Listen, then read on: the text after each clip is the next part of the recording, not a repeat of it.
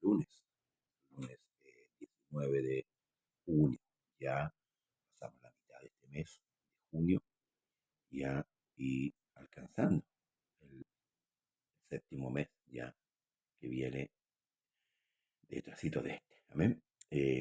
Damos gracias al Señor porque su bondad una vez más nos ha alcanzado. Dios nos ha dado, nos ha concedido un día más de, de vida, ¿verdad? Y bueno, ahí nosotros pidiéndole a Dios que con mucha inteligencia y sabiduría de lo alto podamos vivir esta nueva jornada. No sabemos lo que nos espera. ¿M? El día de hoy, con qué nos vamos a enfrentar. ¿M? Bien, vamos a continuar en este estudio de la palabra del Señor, capítulo 6 de Segunda de Corintios. El día sábado concluimos con el capítulo 5, esperando que Dios nos dé la inteligencia y la sabiduría para poder, el discernimiento, para poder discernir a la luz de su palabra lo que Dios nos quiere entregar. Saludamos a nuestra hermana Magdalena del lugar de Semillero. Dios bendiga a nuestros hermanos del lugar de Semillero. Amén. A todos los hermanos de aquel lugar. Nuestra hermana Cristina Carrasco del lugar de Retiro, también muy cerca de Semillero. Dios bendiga a nuestra hermana, a su esposo. También a todos los hermanos que conocimos en aquel lugar de Retiro que compartimos, ¿cierto? Una media vigilia por ahí, me acuerdo, y un culto en el cual podemos, hermanos amados, gozarnos y alegrarnos en la presencia de nuestro Dios. Esto ya fue hace un año ya casi, ¿no? Si no me equivoco. También a nuestra hermana Janet Rosales, de Talca. Dios bendiga a nuestros hermanos de Talca, ¿ven? A toda la iglesia de Talca y de toda esa zona. Talca, Linares, Cauquenes, y a todos los que nos sintonizan o nos ven de aquellos lugares. A nuestra hermana Mónica Núñez, de acá de Santiago. También Dios bendiga a nuestros hermanos de Santiago, nuestros hermanos de la iglesia del Pasaje Trieste, amén. Y a todos los hermanos y hermanas, hermanos que aman al Señor Jesucristo, que tenemos un mismo sentir. Dios bendiga porque están en esta hora, ¿cierto? Muy temprano también, venciendo el cansancio, venciendo la dificultad para orar a Dios y buscar así la presencia del bendito Dios. Amén. Bien, culmina el capítulo 5 de Segunda de Corintios, capítulo 5, verso 21, diciendo: al que no conoció pecado, por nosotros lo hizo pecado, para que nosotros fuésemos hechos justicia de Dios en él. Esto es lo que se llama justicia atribuida. Yo soy pecador, pero la justicia que Cristo hizo me fue atribuida a mí por misericordia. Amén, por misericordia. Eso es justicia atribuida. Y eso nos da a nosotros la seguridad, hermano, y la confianza, ¿verdad?, de caminar en esta seguridad. Luego dice así, pues, nosotros como colaboradores suyos os exhortamos también que no recibáis en vano la gracia de Dios. ¿Eh? Sabiendo esto, hermanos amados, que lo que Cristo hizo se me atribuyó a mí. ¿M?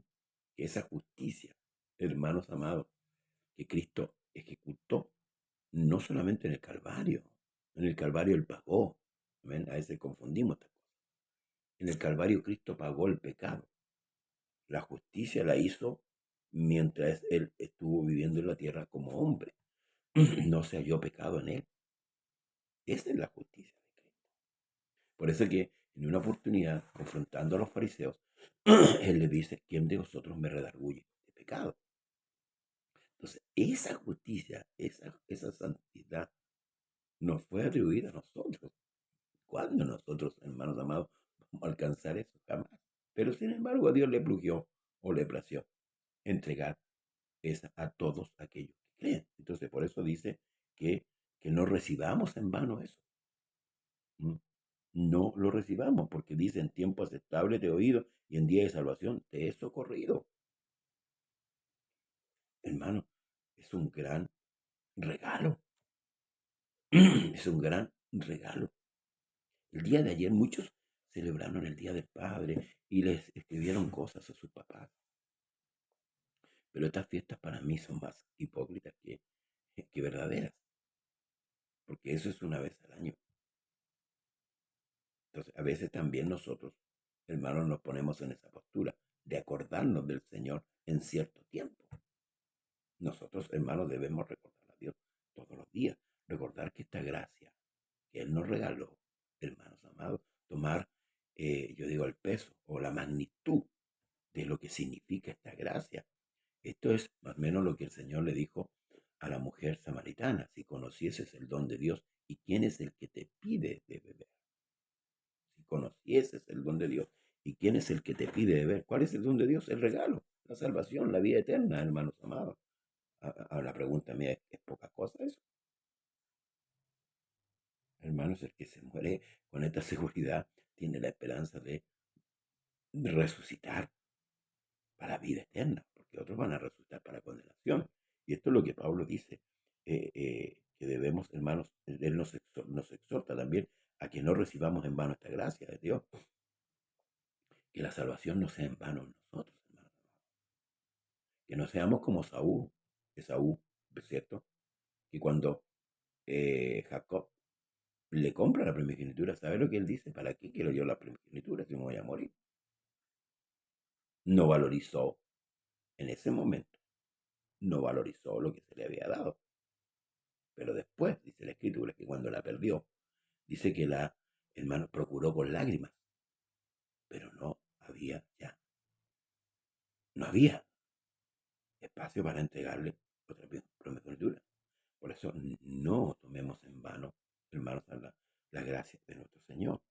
He aquí ahora el tiempo aceptable, he aquí ahora el día de salvación.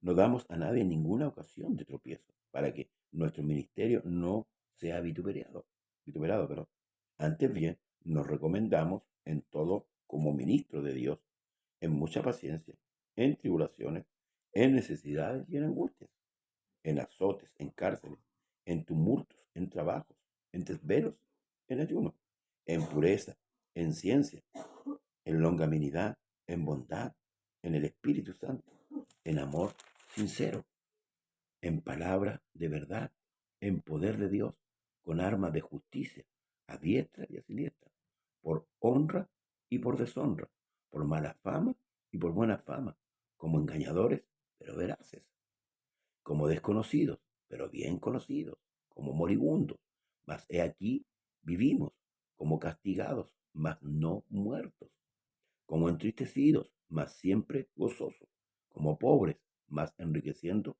a muchos, como no teniendo nada, mas poseyéndolo todo. ¿Qué está declarando el apóstol Pablo? Que de una u otra manera, como a ellos se le consideraba, ellos se recomendaban como ministros de Dios. Los hechos, lo que ellos hacían, y esto es lo que Pablo enumera en cierto modo, que a algunos le parecía y a otros no le parecía. Esto daba testimonio de que ellos realmente eran ministros de Dios, entregados, esforzados a la obra.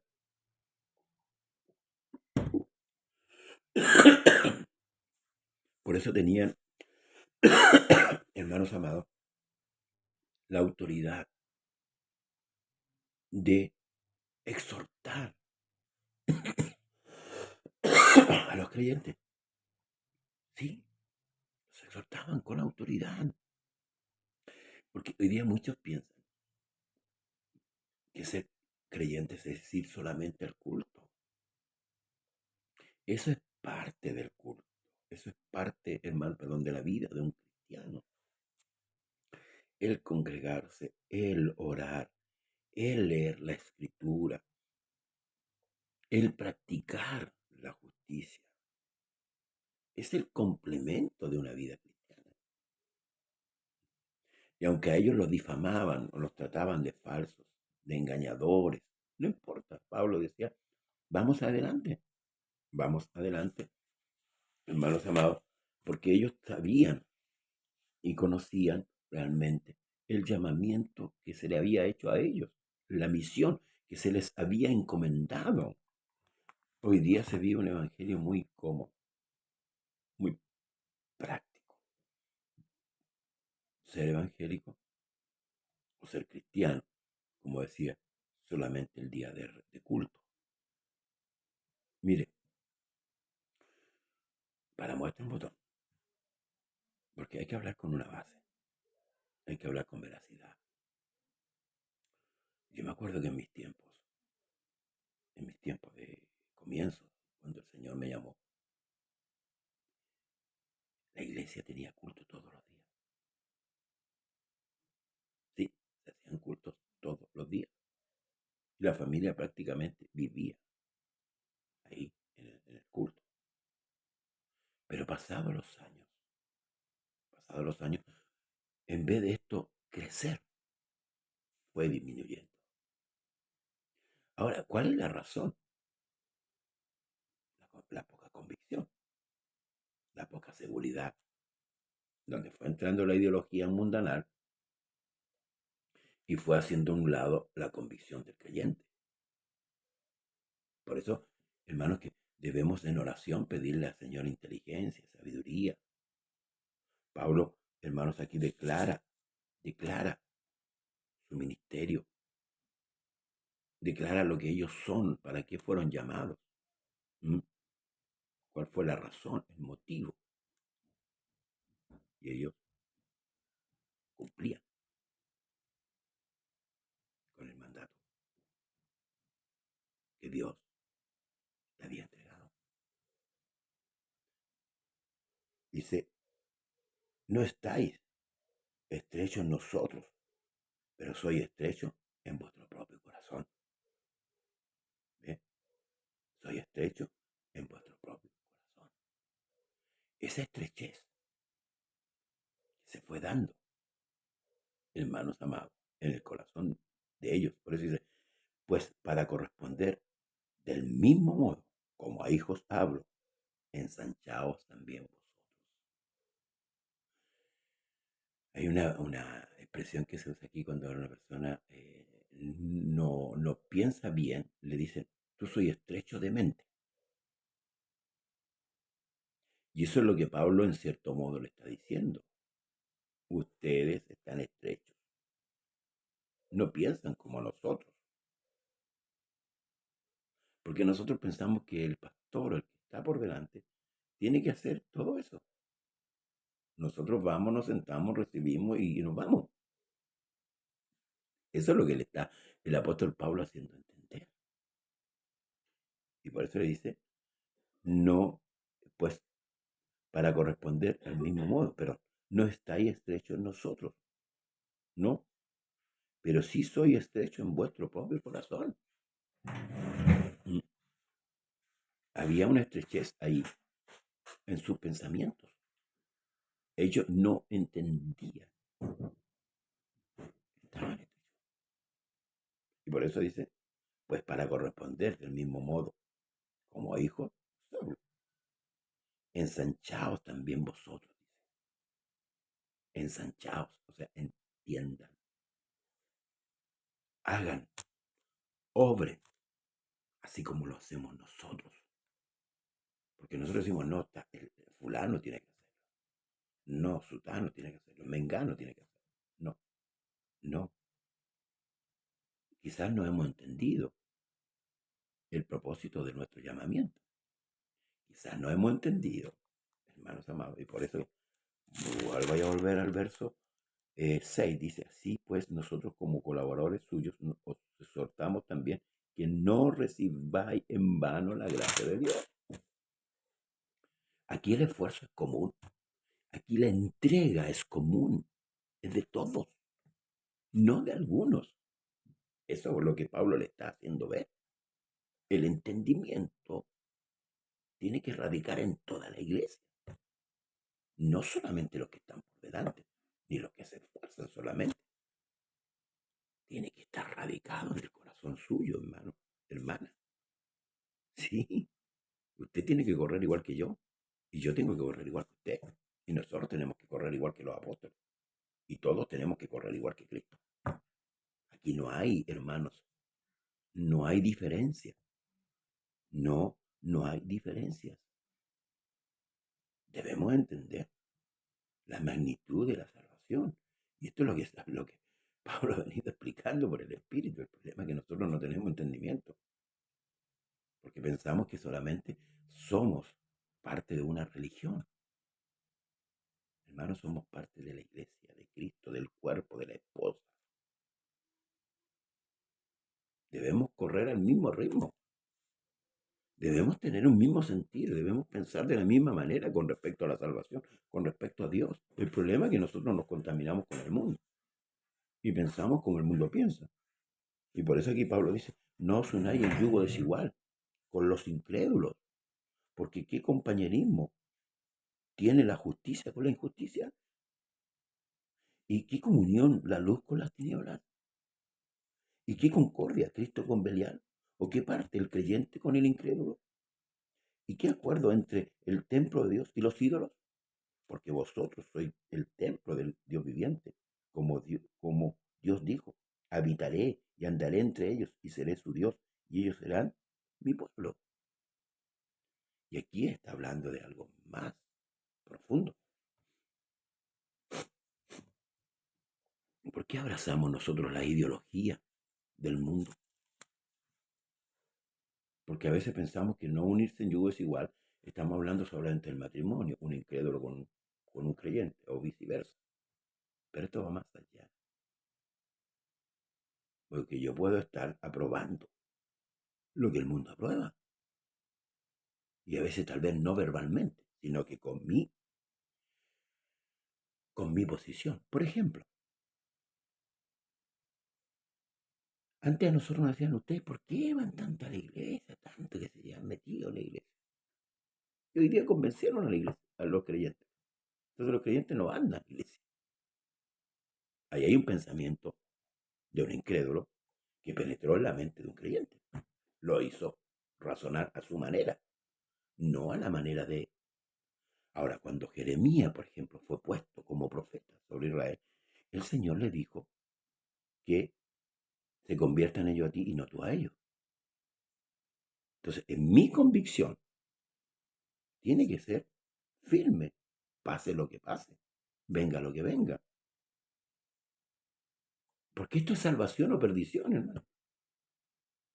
Cuando el Señor dice que no aborrece padre, madre, esposa, hijo, y aún su propia vida, no puede ser mi discípulo. No está diciendo que yo tengo que aborrecer a mi familia en otro sentido, como nosotros tal vez lo malinterpretamos. Está diciendo que mi convicción está por sobre todo lo de esta tierra, porque todo lo de esta tierra un día va a perecer. Entonces, por eso dice, no os unáis en yugo desigual. El incrédulo con el creyente. Porque ¿qué es lo que piensa el incrédulo? ¿Piensa igual que yo hoy día? No piensa igual que yo. ¿Mm? Es difícil. O sea, es diferente mi convicción. Ahora, ¿cuál es el problema nuestro? Que nos hemos desarraigado de Dios. Y por eso que Pablo dice, está ahí estrecho en vosotros, no en nosotros. No estáis pensando como nosotros pensamos. No estamos pensando como Cristo piensa. Porque Cristo, por ejemplo, cuando Él va a llegar a la muerte, mire, cuando Él va a llegar a la muerte, Cristo sabía lo que a Él le venía. Cristo sabía lo que iba a pasar. Pero su convicción fue mayor, porque Él tenía que morir por nosotros. Ahora la pregunta, ¿era una obligación? No, por amor. Por amor se entregó. Todo lo hizo por amor. Y la pregunta es, nosotros que decimos amar a Dios, ¿le seguimos? Y esto es lo que Pablo está diciendo. Por lo cual salid de en medio de ellos y apartaos, dice el Señor, y no toquéis lo inmundo, y yo os recibiré, y seré para vosotros por Padre, y vosotros me seréis hijos e hijas, dice el Señor Todopoderoso. Así que, dice, amado, puesto que tenemos tales promesas, limpiémonos de toda contaminación de carne y de espíritu, perfeccionando la santidad en el temor de Dios. Perfeccionando. ¿Sabe lo que dice el mundo? Dice, no, no, ahí no es perfecto. Claro, entonces, bueno, hagamos lo que el mundo hace, vivamos lo que el mundo vive y perdámonos. Pero aquí el llamado, la exhortación es clara. Ahora yo en lo personal debo meditar, estoy sirviendo al Señor, estoy siguiendo al Señor de acuerdo a lo que... recuerda lo que dice el libro de Hebreos, por ejemplo. Cuando habla de la fe, el libro de Hebreos enumera muchos personajes que con muy pocas cosas hicieron lo que nosotros hoy día no hacemos. Se entregaron de lleno, vivieron persecución, fueron muertos, aserrados, matados a filo de espada. Ni un poco más, vamos a un poquito más contemporáneo, cuando estaba el Imperio Romano. Muchos fueron comidos por leones, fueron quemados. Nerón, cuando incendia Roma, culpa a los cristianos, ¿verdad? Y por ende se desata una gran persecución. Pero ellos nunca aflojaron, porque el apego a esta vida no era de ellos. El apego a la vida eterna sí estaba en el corazón de ellos. Y por eso que no le importó, por eso le decía, años atrás la iglesia se reunía en culto todos los días, pero nos dijeron, no, pero ¿para qué pasan metidos en la iglesia? ¿Para qué? Pasan canuteando, ¿no? Hoy día, claro. Entonces, le dimos tiempo al ocio. Y el ocio, el ocio, el ocio, hermanos amados, da lugar al pecado. Sí, una mente vacía puede pensar lo que venga. Y ellos, aunque eran hombres igual que nosotros, y aunque fallaban igual que nosotros, mantuvieron firme la convicción. Elías dice, un hombre sujeto a pasiones, que tiene una gran victoria sobre los Baales y sobre los profetas de Acera, luego se esconde tímidamente en una cueva. Hombre, en sus debilidades, en su flaqueza, pero aún así pudieron vencer. Hermanos, debemos considerar lo que el Señor nos entregó. ¿Dónde tenemos pegados nuestros ojos? ¿Aquí o en la que viene? Si es aquí, estamos equivocados. Porque hoy día muchos murieron. Y por el día muchos morirán. Y por la tarde muchos morirán. Y por la noche muchos morirán. Porque la muerte no tiene un horario ni un tiempo determinado para el hombre. Pero la diferencia la hace entre el que muere en Cristo y el que muere lejos de Cristo. La decisión es personal de cada uno. Yo no juzgo a nadie. Dios va a juzgar todo. Yo debo correr por mi salvación. La salvación es individual, personal.